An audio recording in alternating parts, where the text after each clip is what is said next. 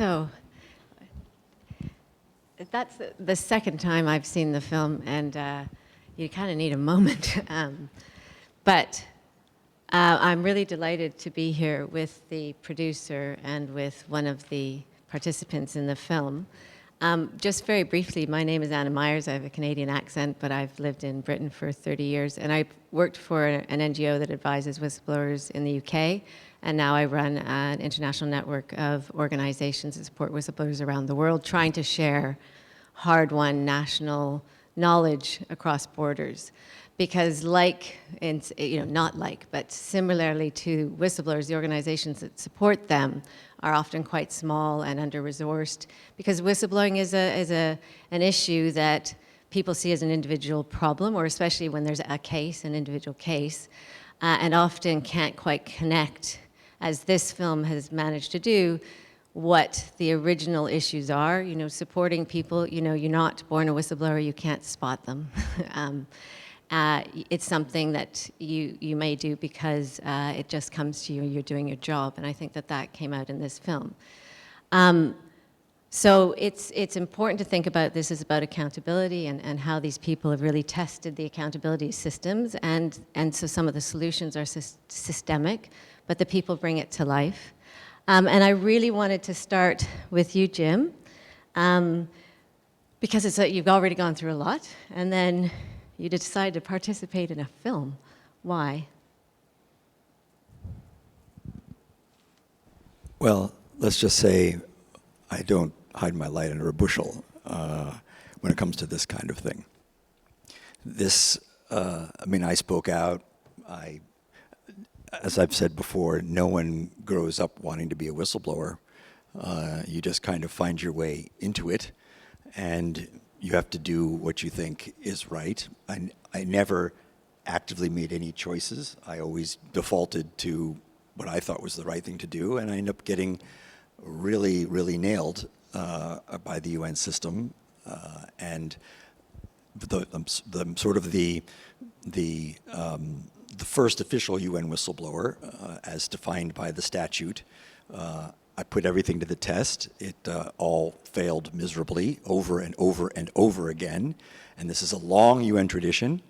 I know people who've had similar complaints dating back to Javier Perez de Cuellar, followed by Kofi Annan, followed by Ban Ki-moon, and now with the current disaster, in this respect, Antonio Guterres. So to me, participating in the film was quite natural. When Ben and Jennifer reached out to me, it was on a different film, actually. It was on a film about corruption inside the UN. And I said, well, sure, we can talk about that till the cows come home.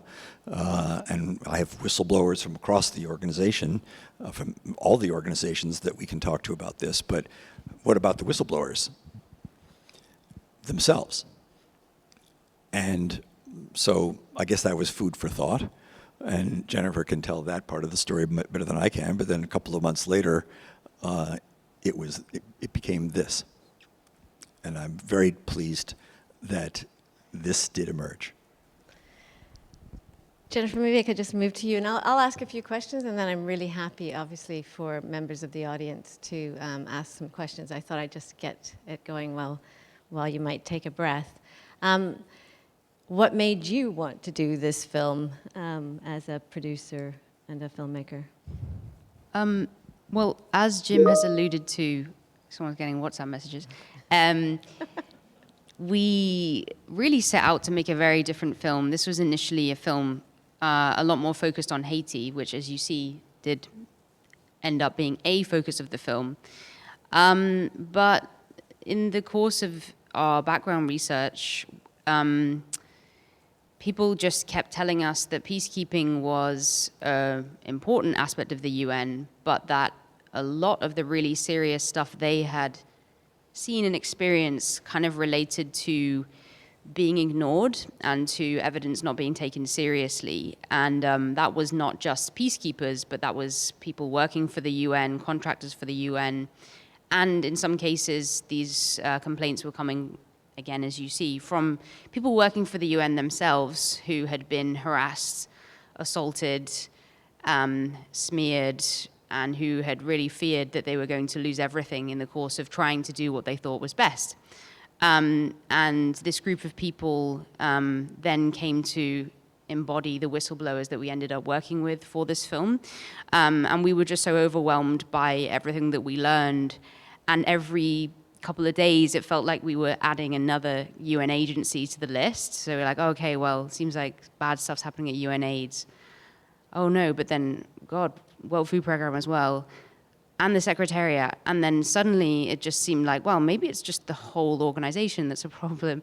And that is what the whistleblowers consistently were telling us, that it was not limited really to any agency. There was a lot of media coverage about some of these cases already, but they very much focused on the agency or the organization where the person was working rather than asking if there was a wider UN problem. And that's what we wanted to unpack, really. Jim, as always is the case in films, and I've had a couple of interviews and not made it at all into the final cut, things inevitably get edited and cut down. Was there anything that you wanted to say or to add to that maybe didn't make the cut, or that you have, that isn't in this film? Well, I have to say that for me it was hilarious working with Ben and Jennifer because they sort of shuttled me around London looking for places that looked like Kosovo. And I said, there's no place that we're going that looks remotely like Kosovo. And so thank God all of that stuff ended up on the cutting room floor because it was weird. But in terms of the substance, I mean, we, as you can tell from the way it was done, Ben sort of was shouting questions at us from behind the camera. We couldn't see him, and so there were a lot of points that I made in connection with the systematic and systemic issues of fraud, waste, abuse, corruption that existed across the UN system. The particulars of my case also, which some of which were in there, but most were not. We also, at the outset, Ben and Jennifer said, well, do you know other people we can talk to? And so my response was, do you want 100, 200, 300, stop me? And they said, no, 10 or 15 will be enough. And then the film went the way it did with I think, a number of elements beyond what we originally talked about, especially focusing on the SEAH aspects. We did talk about that, and there were a number of people who Ben and Jennifer spoke to who did not participate in the end because they were so profoundly traumatized by their experiences. And I knew that. I know all the whistleblowers in this, and so I mean, we all have, as you can tell, quite profound degrees of trauma, and several are still in very serious recovery from the post-traumatic stress disorder that afflicts all of us from this experience. But the things that were left on the cutting room floor, some of them were justified. Some of them I would have liked to have seen a bit more of in the telling of the stories of the behind each whistleblower, but I assume that time did not permit to answer your question. Thank you. And maybe if you want to follow up a little bit with that, Jen, about finding those whistleblowers and the individuals. I mean, it's an interesting thing, the individuals who blew the whistle, and how, sorry, I'll keep talking, and how you found working with them. What were some of the challenges? And we did have that beginning piece from Ben about the impartiality and needing to, Sure. Yeah, maybe. If I can choke out some words. I think the thing we needed from the whistleblowers was, first of all, they needed to be different enough from each other So that was important. We couldn't have 3 of the same kind of person, which would have been possible with the number of people we spoke to, frankly.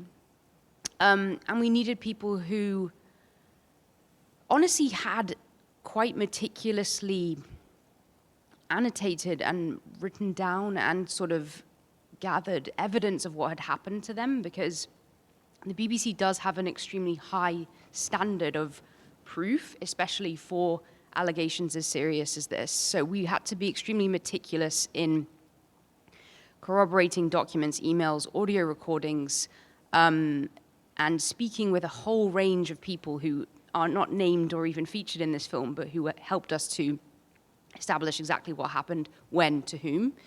And that took an incredibly long time.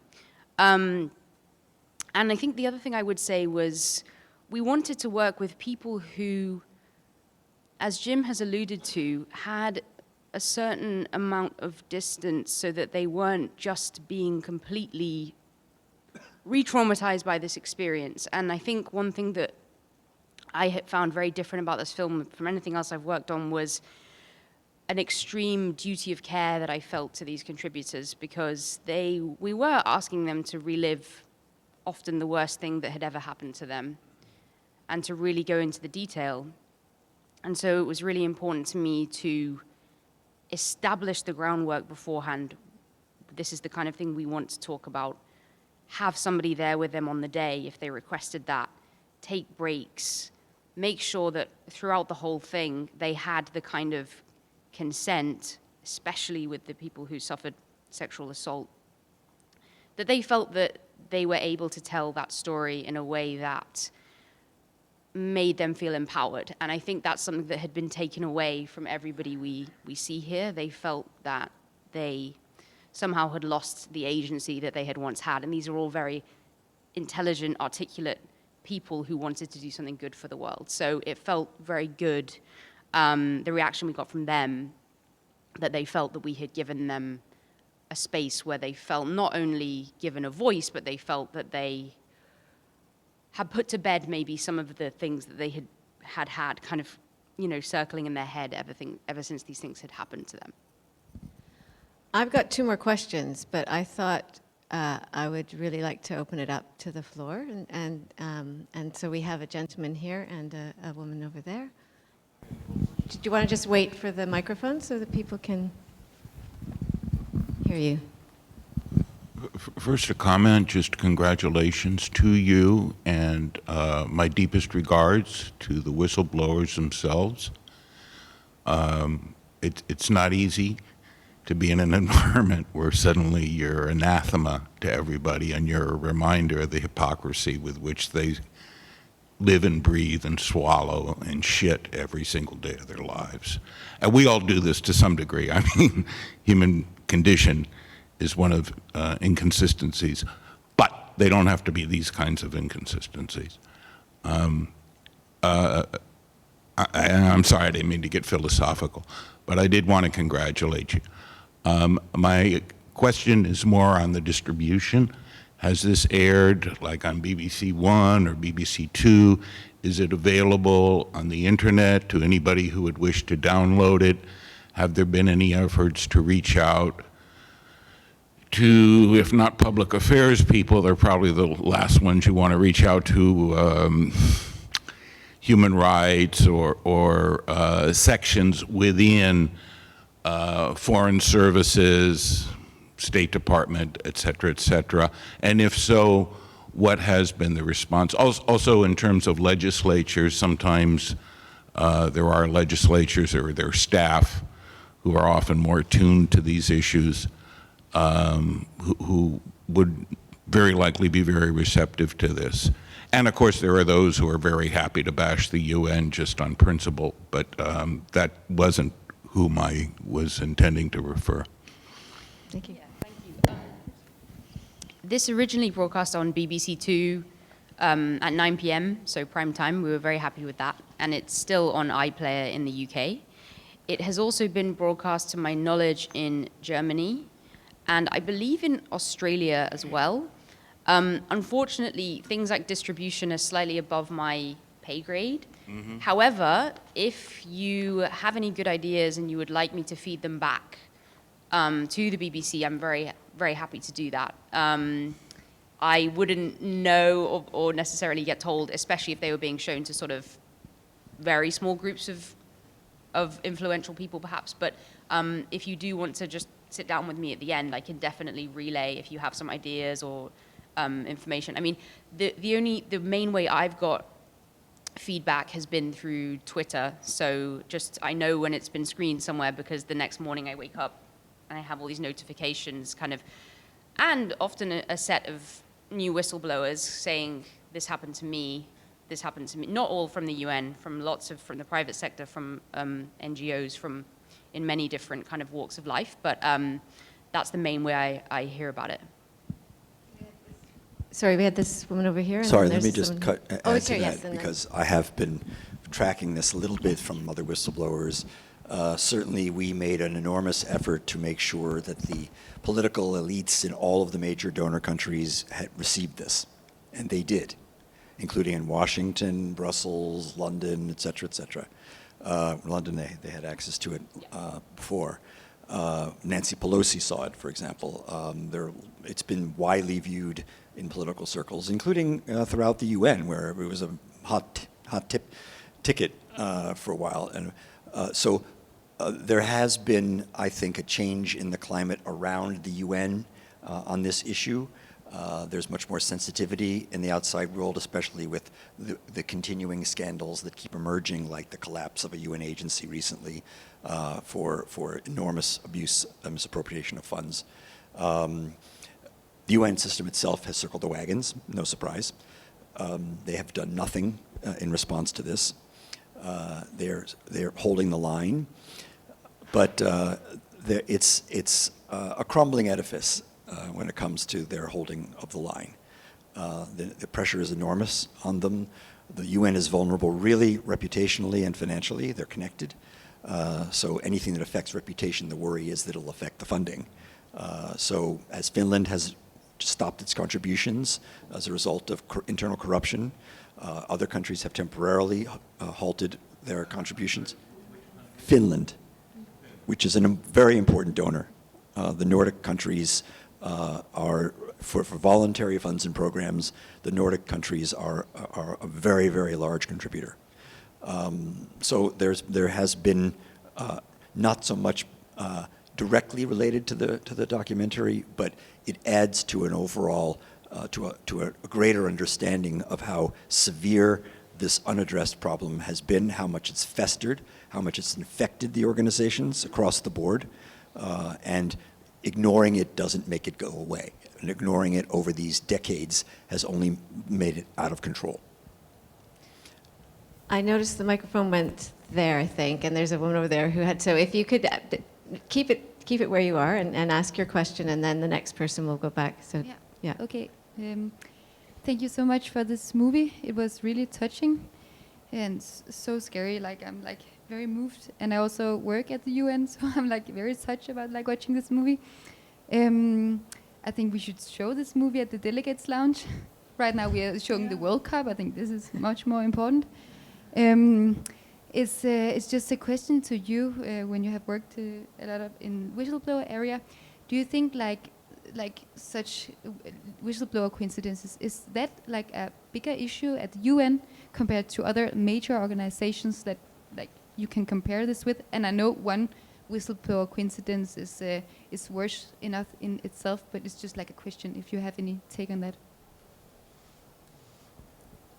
I think the UN system benefits uniquely from this immunity plus impunity network. The way, in 1948, there was no intention to give the UN immunity. That was not part of the original thinking behind the UN, which the UN likes to keep buried. It's a fact. So over the years, they've sort of acquired and moved, especially in the early years, they moved to create their own immunity. Now, of course, it's as if it were God-given, as opposed to most of the problems in the UN people throw up their hands and say, well, it can only be fixed by the supernatural. But the problems were created by human beings, but they can only be fixed by some supernatural power. That is absolutely not true. There are a number of ways they can be fixed, which, in my view, need to take place outside the current structure of the UN. We'll talk about this more in the morning at the 8:30 panel. Sorry for the time for that one. But it unfortunately is because of the immunity-impunity combination, which makes the international organizations, including the awful behavior of the World Bank and the other the IFIs, they're not excluded from this conversation at all. But the UN system has a unique prominence in its flaws. Just for a quick example, I've been working with partners in the EU, and there's a recent EU directive, and all the staff that worked on the EU directive are not actually covered by protection that the EU directive gives in all the 27 member states. So, and that is, I mean, it doesn't mean that there aren't internal systems that, that they try to set up, but when there can't be external oversight, that is really independent, and that's a problem if you've created a system. So tomorrow we will be going through some of that, explaining a little bit more about what the system does and why it just doesn't. It's like anybody, corporate whistleblowing systems, you can either look at them as information control systems or you can look at them as whistleblowing systems, and it's the external oversight that makes it an accountability mechanism rather than an internal control of information, and you have to have both. I wanted to make sure that this woman you've got the mic? Yes, thank you, and thanks very much for making such an important film. Very courageous, the whistleblowers who have the courage to tell this story. I'm just wondering, when you made this movie, this film, what you think about, why is it that the UN becomes such a breeding ground for abuse of power and sexual harassment? I think you partly responded to that question when you talked about the immunity, but I mean, that is also something which applies to many other organizations. So is it anything else with the UN system? Because you said that, this is actually happening throughout the system, the funds and programs and in the peacekeeping operations and everywhere. So is it something special beyond that immunity thing that makes this problem in the UN?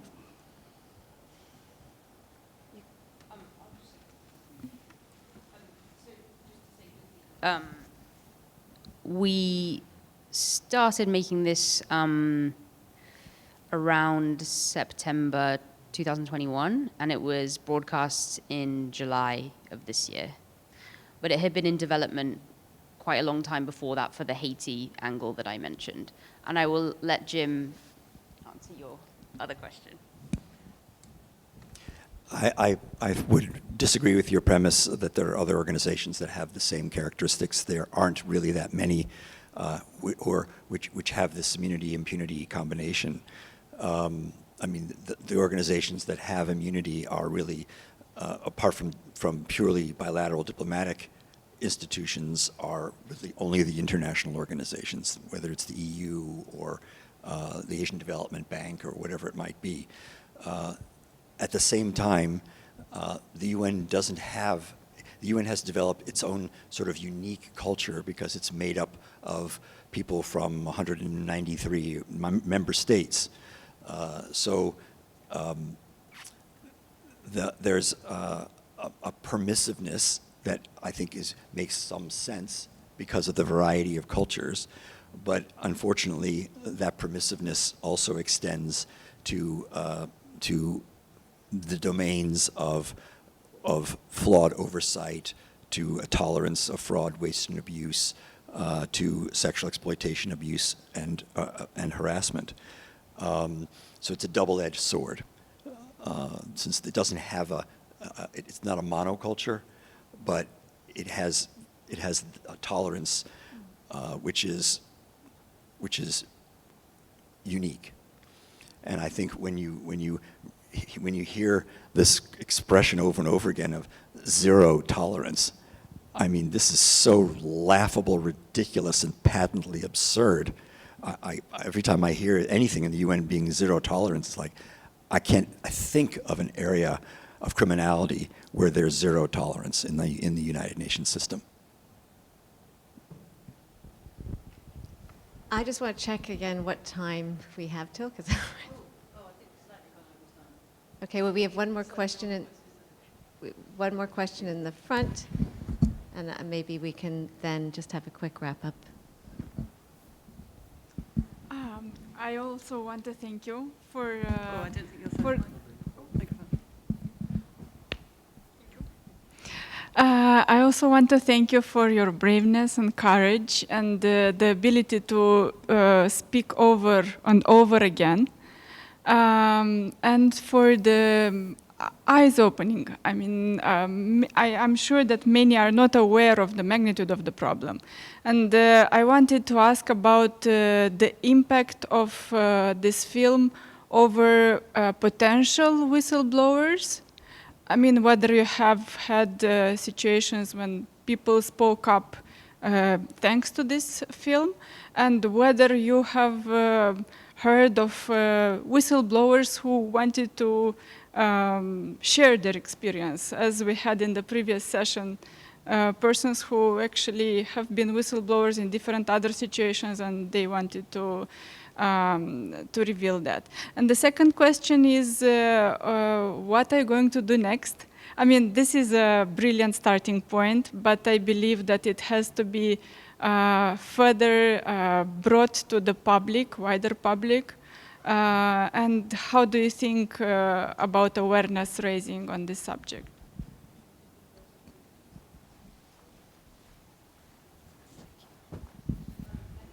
So, as I said, in the days after this film came out, I had many emails, and most people were kind of expressing a solidarity with the film, but a couple of people did want to do something about it. And we had one woman in particular, Sinead Andrews, who had experienced pretty extreme bullying from, she worked in HQ in New York, and she was bullied by one of Antonio Guterres' very senior people, the tech envoy at the time.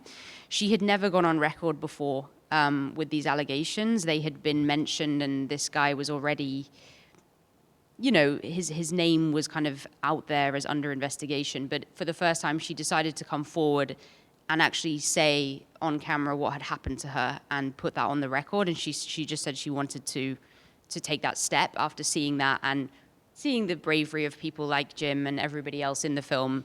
And I think she just stopped, you know, feeling as afraid of doing that, having seen this, and feeling that she wasn't as alone. Should I do that now? Okay. And I just wanted to read something just on impact as we're talking about that.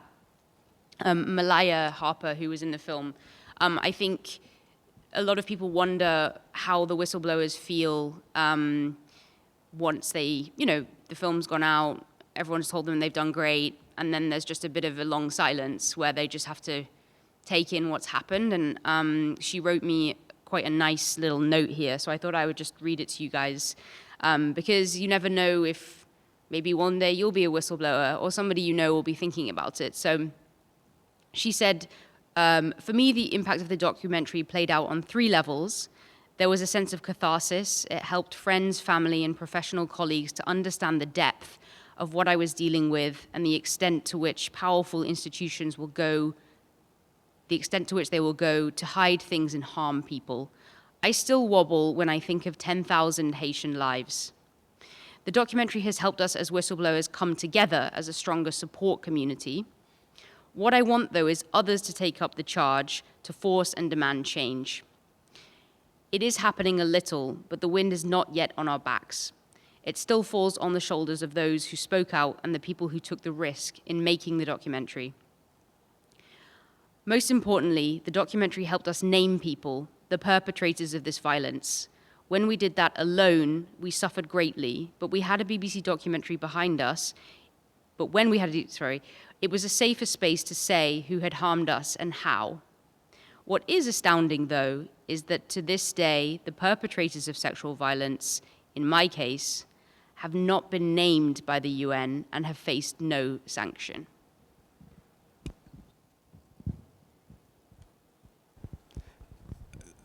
All the whistleblowers in that documentary and an avalanche of other UN whistleblowers have come forward to us individually.